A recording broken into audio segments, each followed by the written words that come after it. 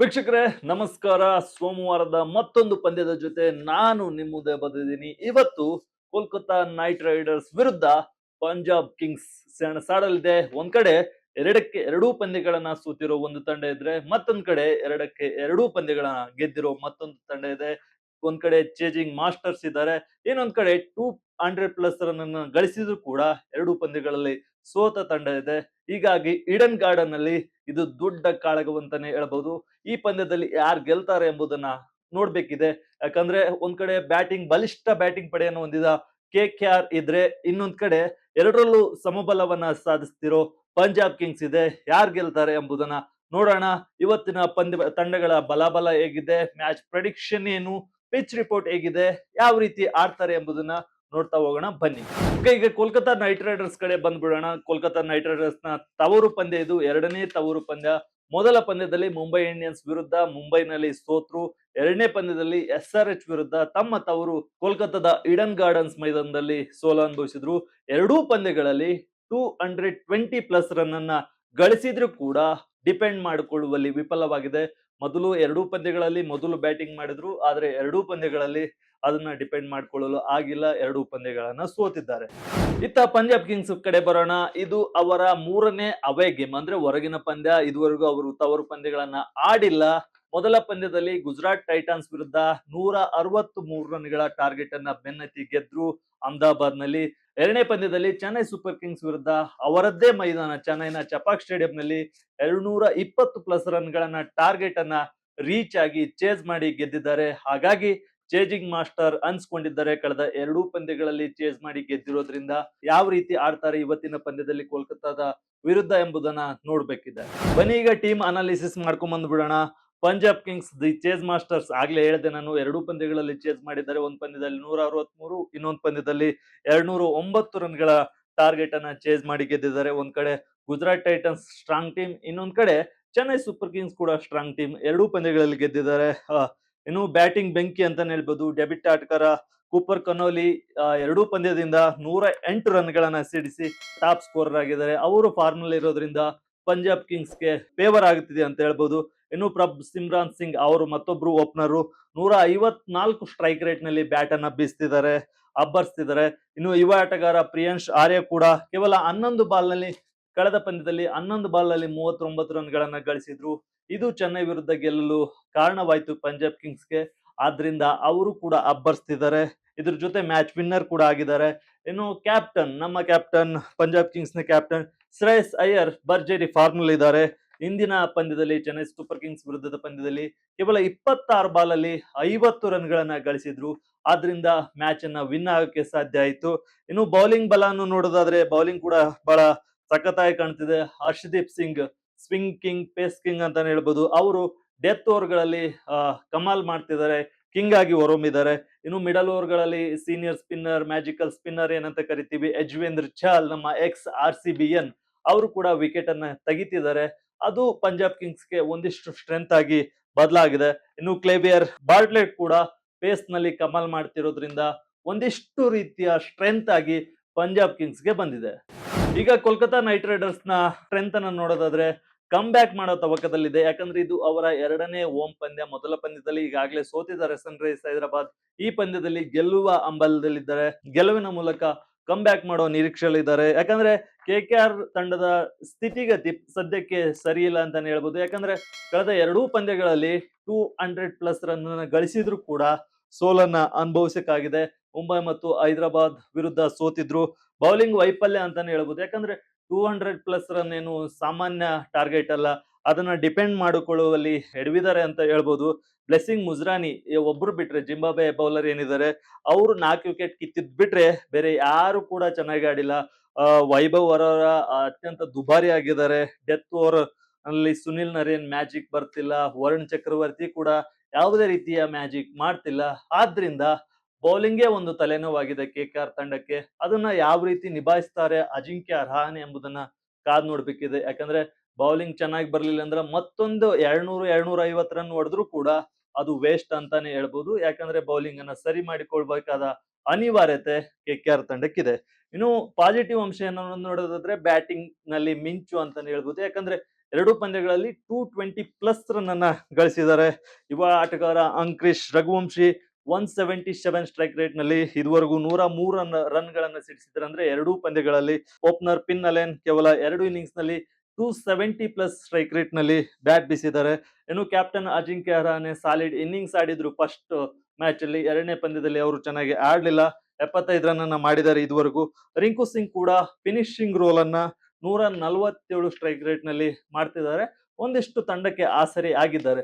But ಕಳೆದ ಪಂದ್ಯದಲ್ಲಿ 3 run out ಗಳಾಗಿದ್ದು KKR ನಲ್ಲಿ ಸನ್ ರೈಸ್ ಹೈದರಾಬಾದ್ ವಿರುದ್ಧ. ಅದನ್ನು ಕೂಡ ಕಾಂಬಿನೇಷನ್ ಕೂಡ ಚೆನ್ನಾಗಿ ಮಾಡ್ಬೇಕಿದೆ. ಯಾರಿಗೆ ಬಹಳ ದೊಡ್ಡ ಮೊತ್ತದ ದುಡ್ಡನ್ನು ಕೊಟ್ಟು ತಗೊಂಡ್ ಬಂದಿದ್ರು ಕ್ಯಾಮ್ರೂನ್ ಗ್ರೀನ್, ಅವರು ಚೆನ್ನಾಗಿ ಆಡ್ತಿಲ್ಲ. ಎರಡೂ ಪಂದ್ಯಗಳಲ್ಲಿ ವೈಫಲ್ಯವನ್ನ ಅನುಭವಿಸಿದ್ರೆ. ಕೇವಲ ಬ್ಯಾಟಿಂಗ್ ಮಾಡ್ತಿದ್ರು ಕೂಡ ಬ್ಯಾಟಿಂಗ್ ನಲ್ಲೂ ಅಷ್ಟೊಂದು ಮಿಂಚನ್ನ ಹರಿಸ್ತಿಲ್ಲ. ಅದು KKR ಗೆ ದೊಡ್ಡ ತಲೆನೋವಾಗ್ತಿದೆ. ಅವರು ಯಾವ ರೀತಿ ಈ ಪಂದ್ಯದಲ್ಲಿ ಕಮ್ ಬ್ಯಾಕ್ ಮಾಡ್ತಾರೆ ಅನ್ನೋದನ್ನ ಕಾದ್ ನೋಡ್ಬೇಕಿದೆ. ಈಗ ಪಿಚ್ ರಿಪೋರ್ಟ್ ಅನ್ನ ನೋಡ್ಕೊಂಡ್ ಬಂದ್ಬಿಡೋಣ. ಈಡನ್ ಗಾರ್ಡನ್ಸ್ ಕಳೆದ ಪಂದ್ಯದಲ್ಲಿ ಎರಡೂ ತಂಡಗಳು ಸೇರಿ 440ಕ್ಕಿಂತ ಹೆಚ್ಚು ರನ್ ಅನ್ನ ಮಾಡಿದ್ವು. ಈ ಪಂದ್ಯದಲ್ಲೂ ಕೂಡ ಅದೇ ರೀತಿಯ ಹೈಯೆಸ್ಟ್ ಟೋಟಲ್ ಬರೋ ಸಾಧ್ಯತೆ ಇದೆ. ಯಾಕಂದ್ರೆ ಇದು ಬ್ಯಾಟರ್ ಗಳ ಸ್ವರ್ಗ. ಮೊದಲು ಸ್ಪಿನ್ನರ್ ಗಳಿಗೆ ಒಂದಿಷ್ಟು ನೆರವನ್ನ ನೀಡ್ತಾ ಇತ್ತು, ಆದ್ರೆ ಈಗ ಬ್ಯಾಟ್ಸ್ಮನ್ ಗಳ ಸ್ವರ್ಗ ಆಗಿದೆ. ಹಾಗಾಗಿ ಹೈ ಸ್ಕೋರಿಂಗ್ ಮ್ಯಾಚ್ ಅನ್ನ ನಾವು ನಿರೀಕ್ಷೆ ಮಾಡಬಹುದು. ಪಂದ್ಯ ಸಾಗದಂತೆ ಸ್ಪಿನ್ನರ್ ಗಳಿಗೆ ಸ್ವಲ್ಪ ಟರ್ನ್ ಸಿಗುತ್ತೆ. ಆಗ್ಲೇ ಹೇಳ್ದಂಗೆ ಸ್ವಲ್ಪ ನೆರವು ನೀಡ್ತಾ ಇತ್ತು. ಬಟ್ ಈಗ ಪಂದ್ಯ ಸಾಗಿದಂತೆ ಸಿಗೋ ಸಾಧ್ಯತೆ ಇದೆ. ಅದನ್ನ ಸ್ಪಿನ್ನರ್ ಗಳು ಯಾವ ರೀತಿ ಯೂಸ್ ಮಾಡ್ಕೊತಾರೆ. ಎರಡೂ ತಂಡದಲ್ಲಿ ಚೆನ್ನಾಗಿರೋ ಸ್ಪಿನ್ನರ್ ಇದಾರೆ. ಒಂದ್ ಕಡೆ ಪಂಜಾಬ್ ಕಿಂಗ್ಸ್ ನಲ್ಲಿ ಯಜ್ವೇಂದ್ರ ಚಾಹಲ್ ಇದ್ರೆ, ಈ ಕಡೆ ವರುಣ್ ಚಕ್ರವರ್ತಿ ಇದಾರೆ. KKR ನಲ್ಲಿ ಸುನಿಲ್ ನರೇನ್ ಇದಾರೆ. ಅವರು ಯಾವ ರೀತಿ ಸ್ಪಿನ್ ಪಿಚ್ ಅನ್ನ, ಟರ್ನಿಂಗ್ ಅನ್ನ ಯಾವ ರೀತಿ ಯೂಸ್ ಮಾಡ್ಕೊತಾರೆ ಅಂತ ನೋಡ್ಬೇಕು. ಡ್ಯೂ ಫ್ಯಾಕ್ಟರ್ ಯಾಕಂದ್ರೆ ಇದು ಭಾರತ, ಇದು ನೈಟ್ ಮ್ಯಾಚ್ ಗಳಲ್ಲಿ ಇಬ್ಬನಿ ಬೀಳೋ ಸಾಧ್ಯತೆ ಜಾಸ್ತಿನೇ ಇರುತ್ತೆ. ಆದ್ರಿಂದ ಏಪ್ರಿಲ್ ತಿಂಗಳಲ್ಲಿ ಇಬ್ಬನಿ ಇರಲ್ಲ ಅಂತಾರೆ. ಬಟ್ ಡ್ಯೂ ಫ್ಯಾಕ್ಟರ್ ಮೊನ್ನೆನೂ ಜಾಸ್ತಿ ಇಂಪ್ಯಾಕ್ಟ್ ಬೀರ್ತು. ಆದ್ರಿಂದ ಟಾಸ್ ಗೆದ್ದವರು ಮೊದಲು ಬ್ಯಾಟಿಂಗ್ ಮಾಡಿದ್ರು ಅಚ್ಚರಿ ಇಲ್ಲ. ಬಟ್ ಈಗ ಬೌಲಿಂಗ್ ಅನ್ನೇ ತೆಗೆದುಕೊಳ್ಳೋ ಸಾಧ್ಯತೆ ಇರುತ್ತೆ. ವೆದರ್ ಕ್ಲಿಯರ್ ಆಗಿರುತ್ತೆ, ಯಾವುದೇ ಮಳೆ ಬರೋ ಸಾಧ್ಯತೆ ಇಲ್ಲ. ಇನ್ನು ಕೀ ಬ್ಯಾಟಲ್ ಅನ್ನ ನೋಡ್ತಾ ಹೋದ್ರೆ ಶ್ರೇಯಸ್ ಅಯ್ಯರ್ ವರ್ಸಸ್ ಸುನಿಲ್ ನರೇನ್ ಈ ಬ್ಯಾಟಲ್ ನಲ್ಲಿ ಕಾಣ್ತಾರೆ. ಯಾಕಂದ್ರೆ ಸ್ಪಿನ್ ವಿರುದ್ಧ ಶ್ರೇಯಸ್ ಅಯ್ಯರ್ ಚೆನ್ನಾಗಿ ಆಡ್ತಾರೆ. ಈ ಕಡೆ ನರೇನ್ ಮತ್ತೆ ವರುಣ್ ಚಕ್ರವರ್ತಿ ಇಬ್ರು ಸ್ಪಿನ್ನರ್ ಗಳಿದ್ದಾರೆ. ಅವರನ್ನ ಯಾವ ರೀತಿ ಎದುರಿಸ್ತಾರೆ ಎಂಬುದನ್ನ ಕಾದ್ ನೋಡ್ಬೇಕಿದೆ.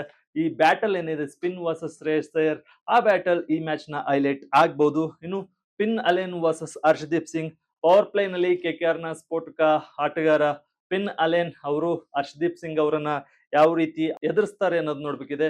ಹರ್ಷದೀಪ್ ಅವರ ಸ್ವಿಂಗ್ ಯಾವ ರೀತಿ ಬರುತ್ತೆ ಅನ್ನೋದು ನಿಮ್ಗೆಲ್ಲ ಗೊತ್ತಿದೆ. ಆ ಸ್ವಿಂಗ್ ಬೌಲರ್ ಗಳನ್ನ ಯಾವ ರೀತಿ ಎದುರಿಸ್ತಾರೆ ಅನ್ನೋದು ನೋಡ್ಬೇಕಿದೆ. ಇತ್ತ ಅಜಿಂಕ್ಯ ರಹಾನೆ ಕೂಡ ಓಪನಿಂಗ್ ಬರೋದ್ರಿಂದ ಅವರಿಗೆ ಪೇಸ್ ಜಾಸ್ತಿ ನೀಡಿದ್ರೆ ಚೆನ್ನಾಗಿ ಆಡ್ತಾರೆ. ಯಾಕಂದ್ರೆ ಪವರ್ ಪ್ಲೇ ನಲ್ಲಿ ಮೊದಲು ಮುಂಬೈ ಇಂಡಿಯನ್ಸ್ ನಲ್ಲಿ ಪೇಸ್ ಬೌಲರ್ ಗಳು ಜಾಸ್ತಿ ಇದ್ರಿಂದ ಅವರು ಆರಾಮಾಗಿ ಪವರ್ ಪ್ಲೇ ನಲ್ಲಿ 50 ರನ್ ಗಳನ್ನ ಗಳಿಸಿದ್ರು. ಆದ್ರೆ ಮೊನ್ನೆ ಸನ್ ರೈಸ್ ಹೈದರಾಬಾದ್ ಅಜಿಂಕ್ಯ ರಹಾನೆ ವಿರುದ್ಧನೇ ಟ್ಯಾಕ್ಟಿಕ್ ಅನ್ನ ಉಪಯೋಗಿಸಿದಂಗಿತ್ತು. ಯಾವ ಬೌಲರ್ ಕೂಡ ಬಹಳ ವೇಗವಾಗಿ ಬೌಲಿಂಗ್ ಅನ್ನ ಮಾಡ್ಲೇ ಇಲ್ಲ. ಅವರಿಗೆ ಬಹಳ ಕಷ್ಟ ಆಯ್ತು. ಅದೇ ಟ್ಯಾಕ್ಟಿಕ್ ಅನ್ನ ಇಲ್ಲೂ ಕೂಡ ಪಂಜಾಬ್ ಕಿಂಗ್ಸ್ KKR ವಿರುದ್ಧ, ಅಜಿಂಕ್ಯ ರಹಾನೆ ವಿರುದ್ಧ ಉಪಯೋಗಿಸ್ತಾರೆ ಅಂತ ಅನ್ಕೊಂಡಿದೀವಿ.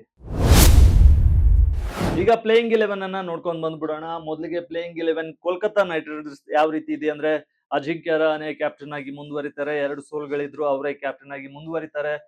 ಮೊದಲಿಗೆ ಅಜಿಂಕ್ಯ ರಹಾನೆ ಮತ್ತು ಪಿನ್ ಅಲೆನ್ ಓಪನಿಂಗ್ ಆಗಿ ಬರ್ತಾರೆ. ಇವರಿಬ್ಬರ ಬಳಿಕ ಅಂಕ್ರಿಶ್ ರಘುವಂಶಿ ಬರ್ತಾರೆ. ಅದಾದ ನಂತರ ಕ್ಯಾಮ್ರೂನ್ ಗ್ರೀನ್ ಬರ್ತಾರೆ. ರಿಂಕು ಸಿಂಗ್ ಇದಾರೆ, ರಮಣ್ದೀಪ್ ಸಿಂಗ್, ಸುನಿಲ್ ನರೇನ್, ಅಂಕುಲ್ ರಾಯ್, ವೈಭವ್ ಅರೋರಾ, ವರುಣ್ ಚಕ್ರವರ್ತಿ, ಬ್ಲೆಸ್ಸಿಂಗ್ ಮುಜ್ರಮಾನಿ, ಕಾರ್ತಿಕ್ ತ್ಯಾಗಿ. ಬ್ಯಾಟಿಂಗ್ ಟೀಮ್ ಏನೋ ಸ್ಟ್ರೆಂತ್ ದೊಡ್ಡದಾಗಿ ಸ್ಟ್ರಾಂಗ್ ಆಗಿ ಕಾಣ್ತಿದೆ. ಬಟ್ ಬ್ಯಾಟಿಂಗ್ ನಲ್ಲಿರೋ ಸ್ಟ್ರೆಂತ್ ಬೌಲಿಂಗ್ ಅಲ್ಲಿ ಬರ್ತಿಲ್ಲ.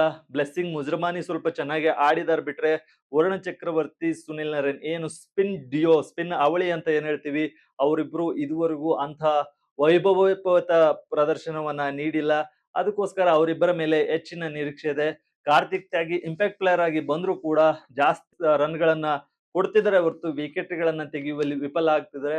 ಆದ್ರಿಂದ ಈ ಪಂದ್ಯದಲ್ಲಿ ಯಾವ ರೀತಿ ಆಡ್ತಾರೆ ಅನ್ನೋದನ್ನ ಕಾದ್ ನೋಡ್ಬೇಕಿದೆ. ಇನ್ನು ಪಂಜಾಬ್ ಕಿಂಗ್ಸ್ ನ ಪ್ಲೇಯಿಂಗ್ 11 ಅನ್ನ ನೋಡ್ತಾ ಹೋದ್ರೆ ಶ್ರೇಯಸ್ ಅಯ್ಯರ್ ಕ್ಯಾಪ್ಟನ್, 2 ಮ್ಯಾಚ್ ಗಳಲ್ಲಿ ಚೆನ್ನಾಗಿ ಆಡಿದ್ದಾರೆ. ಈ ಮ್ಯಾಚ್ ಅಲ್ಲೂ ಚೆನ್ನಾಗಿ ಆಡ್ತಾರೆ ಅನ್ಕೊಂಡಿದೀನಿ. ಇನ್ನು ಪ್ರಭ್ ಸಿಮ್ರಾನ್ ಸಿಂಗ್, ಕೂಪರ್ ಕೊನೋಲಿ ಇದ್ದಾರೆ. ಕಳೆದ ಪಂದ್ಯದಲ್ಲಿ ಪ್ರಭ್ ಸಿಮ್ರಾನ್ ಸಿಂಗ್ ಮತ್ತೆ ಇಂಪ್ಯಾಕ್ಟ್ ಪ್ಲೇಯರ್ ಆದ ಪ್ರಿಯಾಂಶ್ ಆರ್ಯ ಓಪನಿಂಗ್ ಬಂದಿದ್ರು. ಮೊದಲ ಪಂದ್ಯದಲ್ಲಿ ಕೂಪರ್ ಕೊನೋಲಿ ಮತ್ತು ಪ್ರಭ್ ಸಿಮ್ರಾನ್ ಸಿಂಗ್ ಬಂದಿದ್ರು. ಆದ್ರಿಂದ ಓಪನಿಂಗ್ ಇಂಪ್ಯಾಕ್ಟ್ ಪ್ಲೇಯರ್ ಅನ್ನ ಇಳಿಸೋ ಸಾಧ್ಯತೆ ಇದೆ ಪಂಜಾಬ್ ಕಿಂಗ್ಸ್. ಅದಾದ ಬಳಿಕ ನೆಹಲ್ ವಧೇರಾ ಇದ್ದಾರೆ, ಮಾರ್ಕಸ್ ಸ್ಟೋನಿಸ್ ಇದ್ದಾರೆ. Marcus Stoinis, Shashank Singh, Marco Jansen, Xavier Bartlett, Yuzvendra Chahal, Arshdeep Singh, Vyshak Vijay Kumar ಇದ್ದಾರೆ. ಮತ್ತೆ ಇಂಪ್ಯಾಕ್ಟ್ ಪ್ಲೇಯರ್ ಆಗಿ ಆಗ್ಲೇ ಹೇಳಿದಂತೆ ಪ್ರಿಯಾಂಶ್ ಆರ್ಯ ಇದ್ದಾರೆ. ವೈಶಾಖ್ ವಿಜಯ್ ಕುಮಾರ್ ನಮ್ಮ ಕನ್ನಡಿಗ, ಎರಡೂ ಪಂದ್ಯಗಳಲ್ಲಿ ಚೆನ್ನಾಗಿ ಆಡಿದ್ದಾರೆ. ಮೊದಲ ಪಂದ್ಯದಲ್ಲಿ 3 ವಿಕೆಟ್ ಅನ್ನ ತೆಗೆದಿದ್ರು ಗುಜರಾತ್ ಟೈಟಾನ್ಸ್ ವಿರುದ್ಧ. ಎರಡನೇ ಪಂದ್ಯದಲ್ಲಿ CSK ವಿರುದ್ಧ ಅವರದೇ ಮೈದಾನದಲ್ಲಿ 2 ವಿಕೆಟ್, ಪ್ರಮುಖ ವಿಕೆಟ್ ಗಳನ್ನ ತೆಗೆದಿದ್ದಾರೆ ವೈಶಾಖ್ ವಿಜಯ್ ಕುಮಾರ್. ಆದ್ರಿಂದ ಇವರು ಪ್ರಮುಖವಾಗಿ ಮೇನ್ ಬೌಲರ್ ಆಗ್ತಾರೆ. ಹರ್ಷದೀಪ್ ಸಿಂಗ್, ವೈಶಾಖ್ ವಿಜಯ್ ಕುಮಾರ್, ಕೆವಿಆರ್ ಬಾಟ್ಲೆಟ್ ಯಾವ ರೀತಿ ಬೌಲಿಂಗ್ ಅನ್ನ ಮಾಡ್ತಾರೆ, ಅದ್ರ ಜೊತೆ ಯಜ್ವೇಂದ್ರ ಚಹಲ್ ಅವರಿಗೆ ಯಾವ ರೀತಿ ಸಾಥ್ ನೀಡ್ತಾರೆ ಅನ್ನೋದ್ರ ಮೇಲೆ ಪಂಜಾಬ್ ಕಿಂಗ್ಸ್ ನ ಗೆಲುವು ನಿರ್ಧಾರ ಆಗುತ್ತೆ. ಮೂರನೇ ಪಂದ್ಯವನ್ನು ಕೂಡ ಸತತವಾಗಿ ಗೆಲ್ತಾರೆ ಎಂಬುದನ್ನ ನೋಡ್ಬೇಕಿದೆ. ವೀಕ್ಷಕರೇ, ನೋಡಿದ್ರಲ್ಲ, ಕಳೆದ 2 ಪಂದ್ಯಗಳಲ್ಲಿ ಗೆದ್ದಿರೋ ಪಂಜಾಬ್ ಕಿಂಗ್ಸ್ ಮೂರನೇ ಪಂದ್ಯದಲ್ಲೂ ಗೆದ್ದು ಹ್ಯಾಟ್ರಿಕ್ ಗೆಲುವನ್ನ ಸಾಧಿಸುತ್ತಾ, ಅಥವಾ KKR 2 ಪಂದ್ಯಗಳಲ್ಲಿ ಸೋತಿದ್ದು ಮೂರನೇ ಪಂದ್ಯದಲ್ಲಿ ಕಮ್ ಬ್ಯಾಕ್ ಮಾಡುತ್ತಾ ಎಂಬುದನ್ನ ಕಾದ್ ನೋಡ್ಬೇಕಿದೆ. ನಿಮ್ ಪ್ರಕಾರ ಈ ಪಂದ್ಯದಲ್ಲಿ ಯಾರು ಗೆಲ್ಬೇಕು, ಯಾರು ಗೆಲ್ತಾರೆ ಎಂಬುದನ್ನ ಕಮೆಂಟ್ ಮೂಲಕ ತಿಳಿಸಿ. ಇದೇ ರೀತಿಯ ಹೆಚ್ಚಿನ ವಿಡಿಯೋಗಳಿಗಾಗಿ ವಿಜಯ ಕರ್ನಾಟಕ ವೆಬ್ ಅನ್ನ ಯೂಟ್ಯೂಬ್, ಫೇಸ್ಬುಕ್ ಮತ್ತು ಇನ್ಸ್ಟಾಗ್ರಾಮ್ ನಲ್ಲಿ ಫಾಲೋ ಮಾಡಿ. ಧನ್ಯವಾದ.